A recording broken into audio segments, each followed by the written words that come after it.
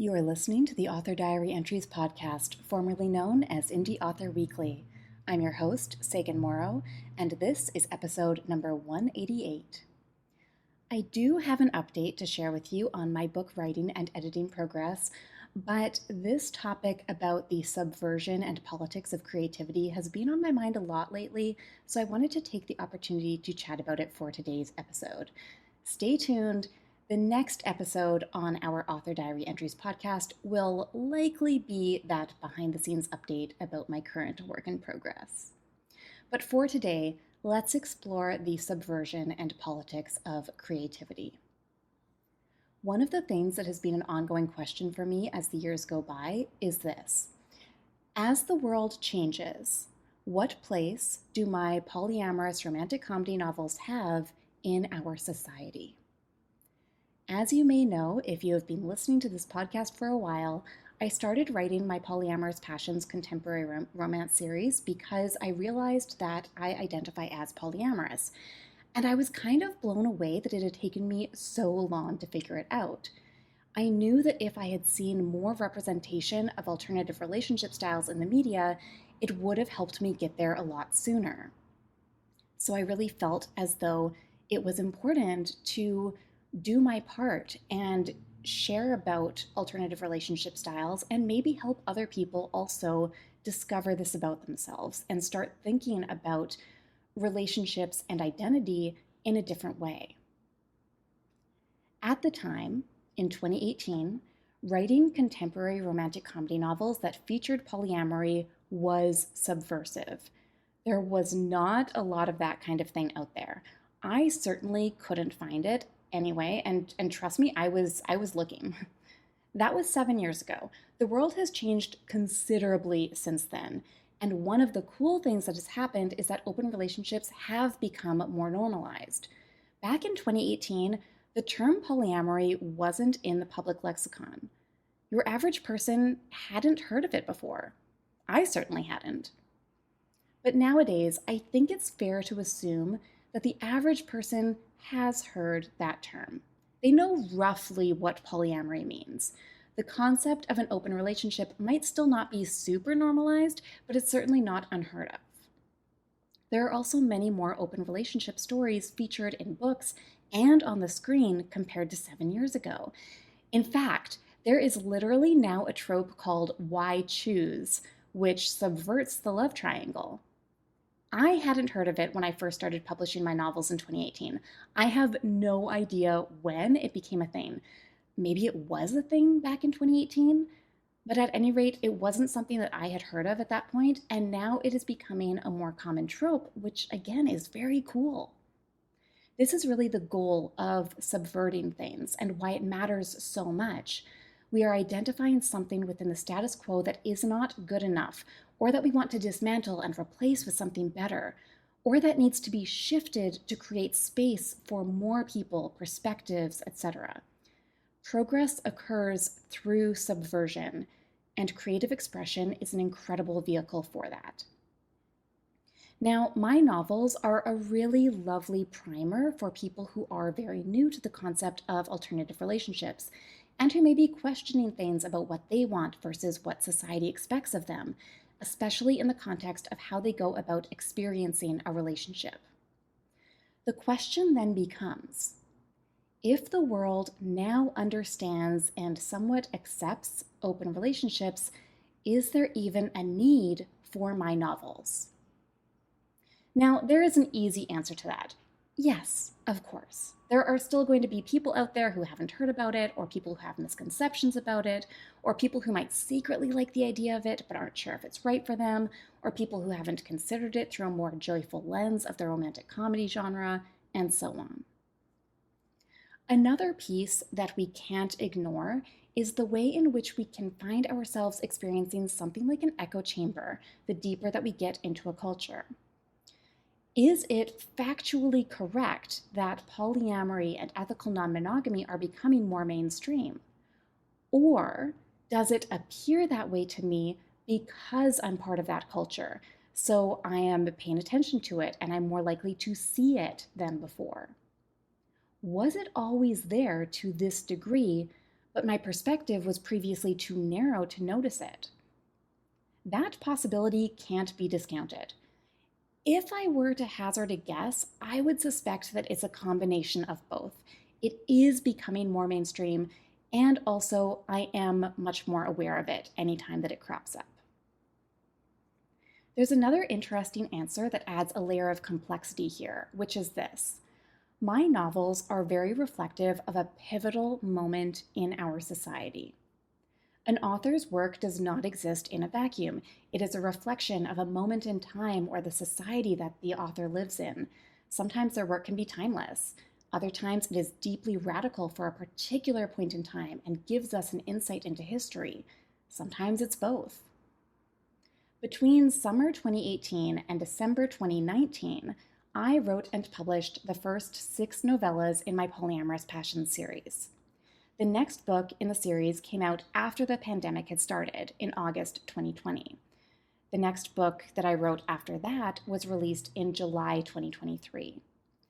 I have not published another novel since then. That's a very interesting span of time, isn't it? There's a lot that happened in the world after the pandemic began, and I think those first 6 novellas especially are very representative of pre-pandemic times. There are many, many reasons why it keeps taking me longer and longer to write the next book in the series, and I suspect that this is a big part of it. There's been this question in the back of my mind going, these novels are for pre-pandemic times, before a lot of things changed. So what happens now? Are they subversive enough? And is there a place for them? Again, of course there's a place for them. And subversion is certainly not the entire purpose of this series. They also exist as simply a fun, easy, enjoyable set of books to read. But this has been an underlying question that I think has been holding me back from simply going ahead and publishing more. The characters and the world that they exist in feel as though they are from a different point in time, and so, while I still connect very strongly with the characters and adore them and their stories, there's a sort of blissful unawareness within them of how the world has changed since the series began. And that makes it, sometimes, in some ways, feel as though I am going back to a previous version of myself when I am in the process of writing these novels. Because the characters themselves are not of this time. They exist in that pre-pandemic society. There's nothing wrong with this. It simply is. And frankly, it's something I did not anticipate experiencing as an author, so there's a strange quality to it. I don't know how I feel about it. And I think there's a lot more to explore and unpack within all of this, so if you have any questions or insights that you want to share, please do reach out. You can message me on Instagram, my handle is SaganLives, or email me hello@saganmorrow.com, and I would be happy to do another episode diving deeper into this if that's of interest. Polyamory and open relationships have become more mainstream, but of course that does not mean that there isn't a place for my novels. For one thing, our work never needs to be different or unique in order to be valid or worthy or have a place in the world. Contributing to concepts that are trendy and mainstream can be just as valid and awesome as concepts that are alternative. For another thing, there are other aspects that we still get to explore outside of the specific topic of polyamory, and which my novels also do very well. My novels invite the readers to think about who they truly are at their core, and to accept themselves fully, as well as explore the ways in which other people's beliefs have permeated through and constructed their own worldview. We examine societal expectations versus personal desires, the question of what we mean by right versus wrong, and what makes something right or wrong. For example, why is an alternative or unusual relationship style seen as weird? People in general often are often threatened by the other. There is a discomfort in seeing people living life on their own terms, especially when that's what you might have wanted for yourself and perhaps you have not admitted that to yourself yet. One of the beautiful things about my novels, especially because they're in the light, comforting genre of romcom, is that they provide you with a safe space to explore these ideas without outright needing to ask yourself these complex and challenging questions. You get to do the exploration through the eyes of these characters as they begin their own journeys with it. At the end of the day, polyamory just happens to be the lens that I have used as an author to get across other important messages, such as being the active participant in your own life rather than going along and living life completely based on what society tells you is the most appropriate or most acceptable option. This is something I am very passionate about and I help people with in my work as a life coach. And it also happens to be an important part of the novels that I write, because there's more than just relationship styles at play here. There are so many ways in which we go through life without actively making our own choices. A good example of this is how, over the years, I have had several people tell me that they didn't keep their maiden name when they got married because they didn't even consider it as an option, and that they now regret that. Or, if they were to get married now, at this point, they would have made a different choice. I've had other people allude to or outright say that they had kids because that's what you do. It hadn't crossed their minds to do something different. And that, again, they aren't sure they would have made the same choice if they were making that choice now. This is not to say that one choice is better than the other. It's lovely to have children and to take your spouse's name, all of these different types of things. And of course, not everyone is going to regret those actions. That would not everyone would do that. That would be ridiculous, right? Of course, there's people who are very happy with having those actions, with having made those decisions earlier in life. Just because that person over there has regrets over it does not mean that all these other people regret it. And just because someone is looking at it now and they're thinking, you know what, I would have made a different choice at this point, that doesn't mean that they do regret having made the choice in the past. It just means that they're looking at it through a different lens. What we are talking about here, as always, and in so many different ways, isn't a hierarchy or what's better, but rather it's about making these active choices for you. And only you know what's best for you. So are you making these choices actively?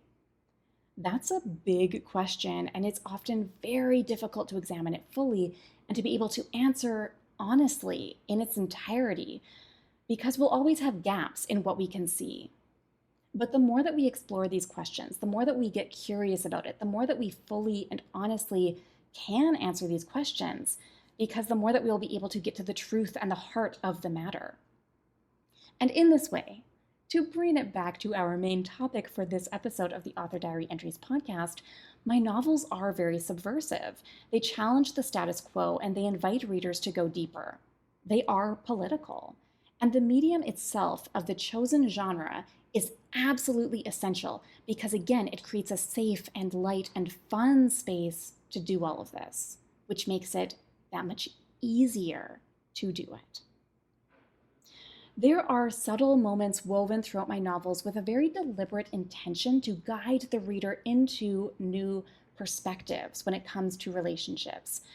What I might do in a future episode is to share with you some excerpts that give examples of that from the books that I've written, so let me know if you would be interested in that. Now, another example of subversion and politics and creativity is burlesque. If you have listened to this podcast before, you already know that I am a burlesque dancer. Burlesque is an art form, and there is a self-authorship to it. So it truly does fit into this whole overall concept here of the Author Diary Entries podcast. Author Diary Entries isn't necessarily just about being a book author, but also an author in other ways, an author in how we live our lives, an author of something like burlesque. Now, one of the things that I really like doing is to use unexpected or alternative versions of songs for my burlesque performances. For example, the Violet Orlandi cover of Danger Zone, or the Jenny Owen Young's version of Hot in Here. Later this year, I will also be doing a sapphic version of The Phantom of the Opera by Ralph Scrap.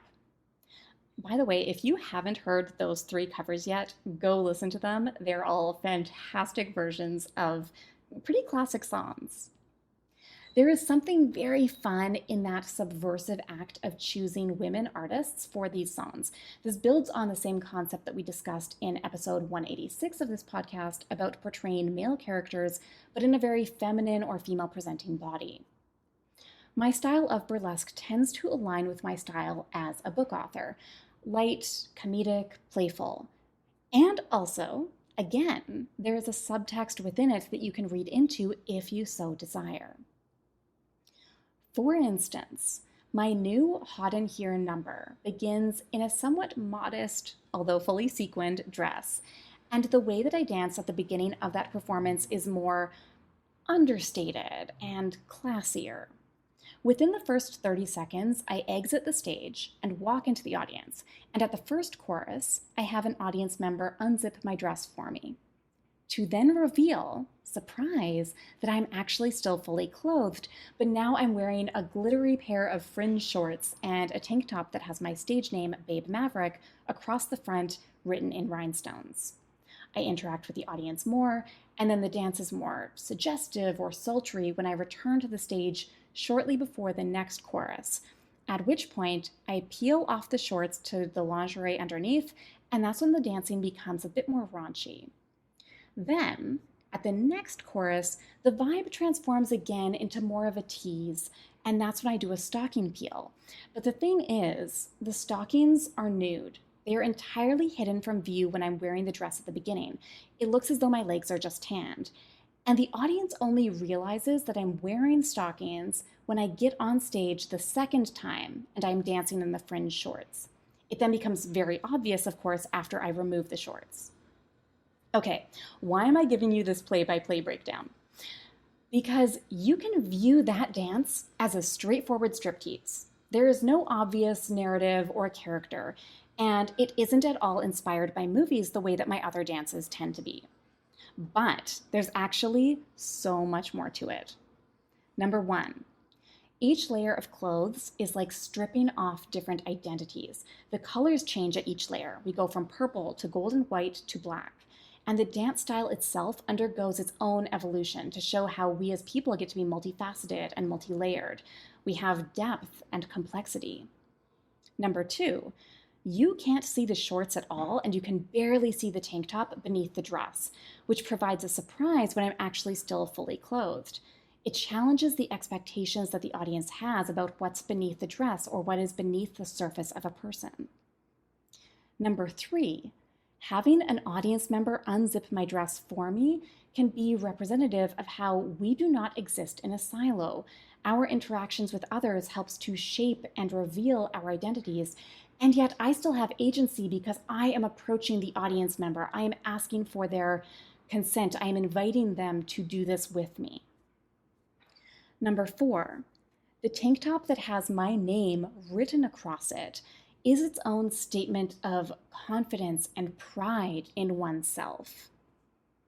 Number 5, the invisible stockings provide another interesting layer of just because we can't see something at first glance doesn't mean that it's not there, and how first impressions are not always what they seem. Number 6, each layer is very sparkly, which speaks to how we can have multiple layers and facets to ourselves without any one of them being better than the next. They all have their own special sparkle to them. Number 7, when I remove the shorts, there's a good bit of time before I remove the tank top and go down to pasties, at which point I am wearing the white tank top, the one that went with the gold fringe shorts, and black bottoms after the shorts reveal. So I'm wearing the white tank top and the black lingerie. And this also brings attention to how we can hold some of these identities simultaneously, literally wearing black and white while illustrating that we don't need to have such black and white thinking. And I think there's also something interesting here in regards to the choice of white, encapsulating all colors, and black, right? Like the dichotomy between what these mean and how it connects back to color.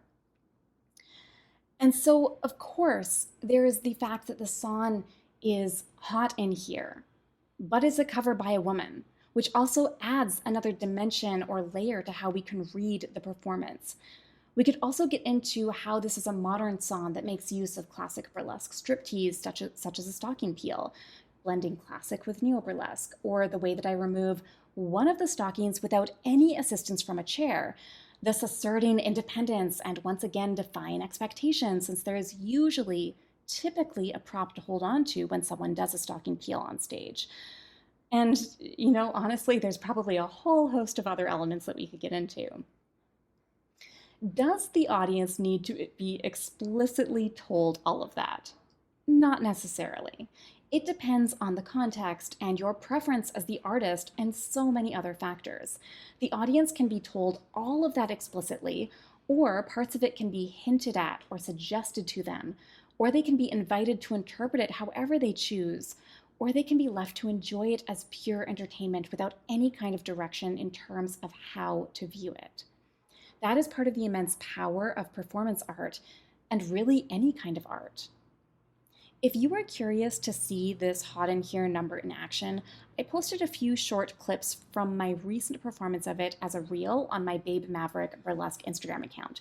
I will add that link to the show notes of this episode. Burlesque is subversion, and it's really cool how we can enjoy a performance as it is. The stage presence a person has, the costumes, the choreography, the reels, the reveals, the song, the entertainment, etc., simply for each of those things on their own, or we can also explore these deeper nuances and other potential hidden meanings within it.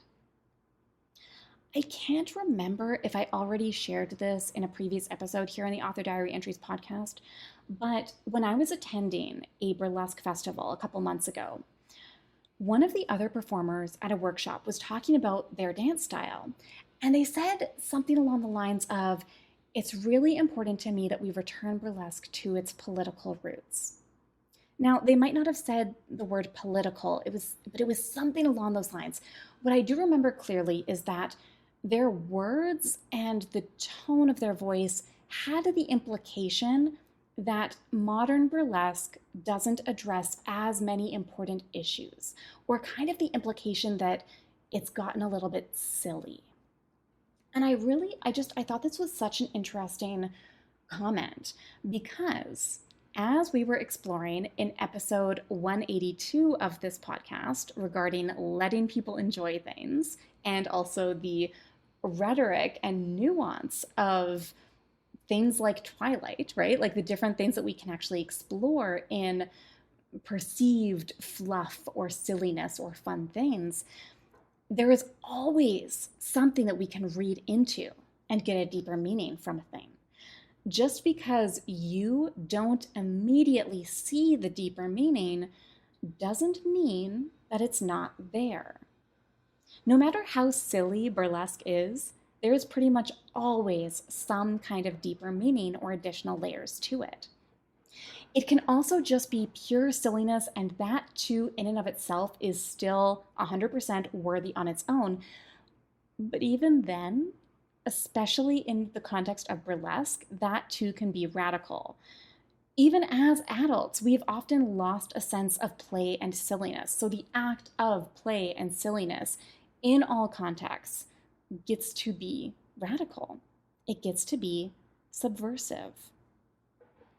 While we are on this topic of performance art and women's bodies and agency, I want to make one more point about subversive joy in everyday life. This might feel like a slight detour from our topic of subversion and politics and creativity, but stay with me, it connects back.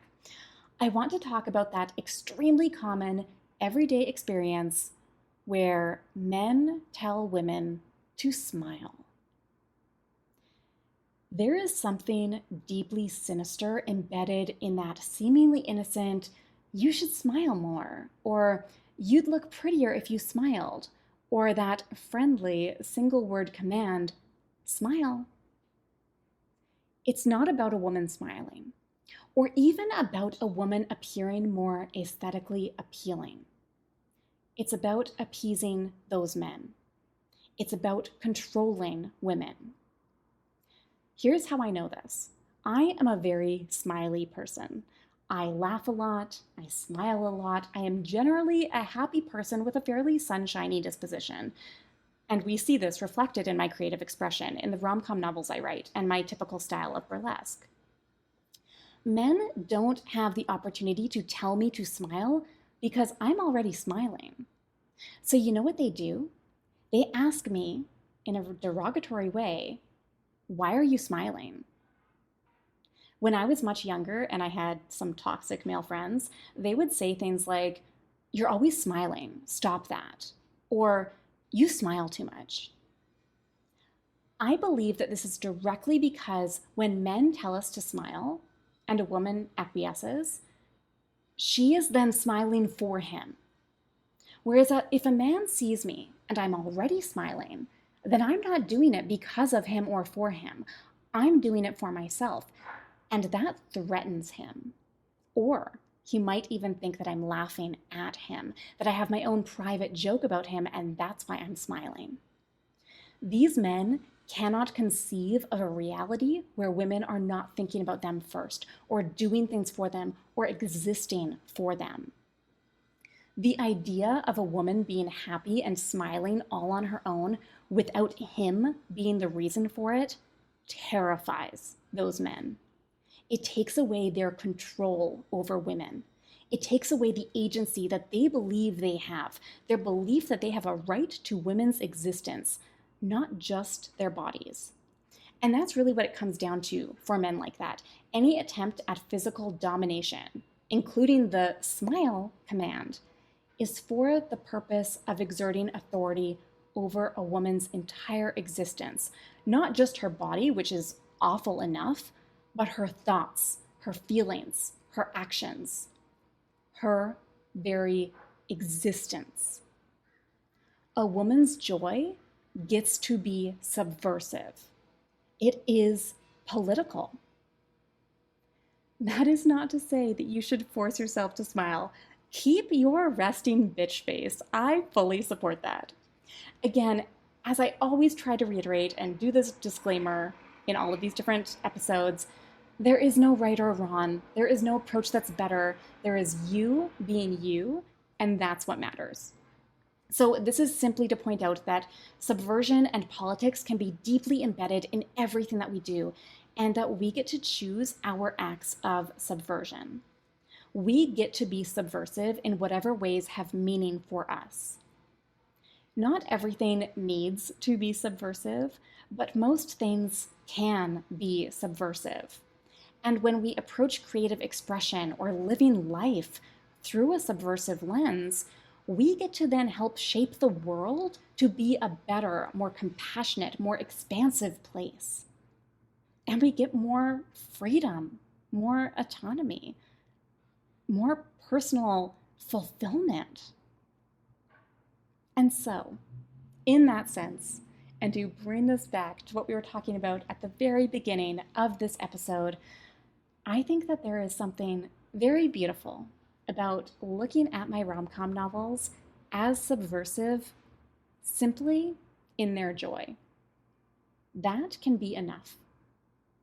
Your joy is enough. Okay, that is a wrap on today's episode.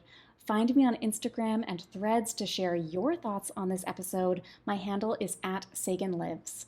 I would love to hear your own insights or any questions that you have about this topic, or to simply continue the conversation with you on those platforms. As always, you can access the show notes and transcript of this episode at saganmorrow.com/podcast.